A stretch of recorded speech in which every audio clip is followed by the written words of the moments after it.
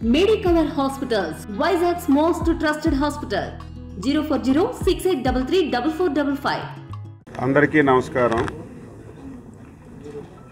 చంద్రబాబు నాయుడు గారు ఒక అచంచలమైన విశ్వాసంతో ఒక మంచి శాఖను నాకు కేటాయించారు.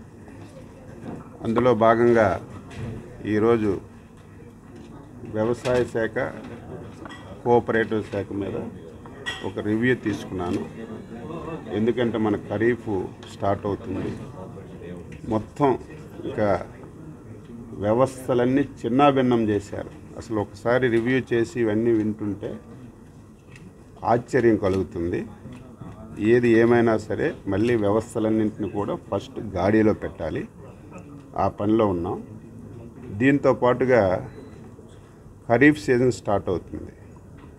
దానికి సిద్ధం చేయడానికి ఈరోజు సమావేశం పెట్టుకున్నాం. ఎక్కడ ఎవరు విత్తనం అందలేదనే మాట రాకూడదు, ఎరువులు అందలేదనే మాట రాకూడదు. 2-3 రోజుల్లో బ్యాంకర్ సమావేశం కూడా ముఖ్యమంత్రి గారితో మాట్లాడి లోన్ ప్యాటర్నింగ్ కూడా ఏ విధంగా చేయాలనేది ప్లాన్ చేస్తాం.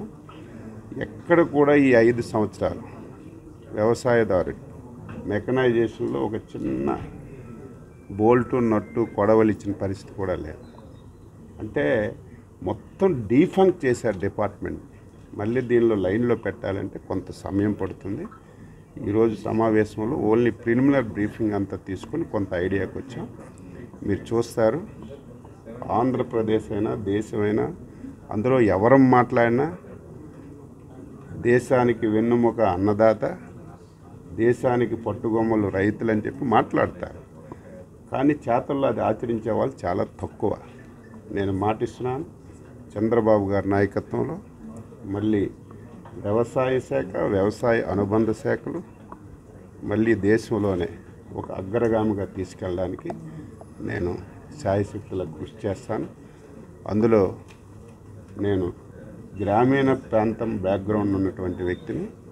నాకు కూడా అన్నింటి మీద పూర్తిగా ఈ సంఖ్యల మీద లేకపోతే పూర్తిగా అవగాహన లేకపోయినా మొత్తం విధానాలన్నింటి మీద ఒక అవగాహన ఉంది. కాబట్టి తప్పనిసరిగా ఆంధ్రప్రదేశ్లో వ్యవసాయ శాఖ, వ్యవసాయ అనుబంధ శాఖలు దేశానికి ఒక రోల్ మోడల్గా తయారవ్వడానికి నేను ప్రయత్నం చేస్తాను. దానికి అందరికీ సహకరించమని చెప్పాను.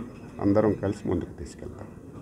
సార్, ఇది ఏంటి, ఆర్టీసీ కాంప్లెక్స్లు ఏంటి, ఆప్కాబు ఏదైతే ప్రజానీకానికి అవసరమైనటువంటి ప్లేసుల్లో అడ్డగోలుగా అధికారం ఉందని చెప్పి పార్టీ ఆఫీసులు అందరూ కట్టుకోవాలి. కానీ చూస్తే పార్టీ ఆఫీసులు చూస్తుంటే వైట్ హౌస్ లాగా, అంటే అధికారాన్ని ఎంత అడ్డగోలుగా దుర్వినియోగం చేశారో దీనికి ఒక ఉదాహరణ. ఇవన్నీ ఎంక్వైరీ చేస్తాం. ముఖ్యమంత్రి ఎంత దారుణం అంటే నది పక్కన పెర్మిషన్స్ లేకుండా రూల్స్కి విరుద్ధంగా ప్రజావేదిక కట్టారని చెప్పి మొదటి రోజే కూల్చేశాడు. మరిన్ని వీడియోస్ కోసం ఛానల్ ని సబ్స్క్రైబ్ చేయండి. లేటెస్ట్ అప్డేట్స్ కోసం వాట్సాప్ ఛానల్ ని ఫాలో చేయండి. అండ్ లింక్ డిస్క్రిప్షన్ లో ఉంది.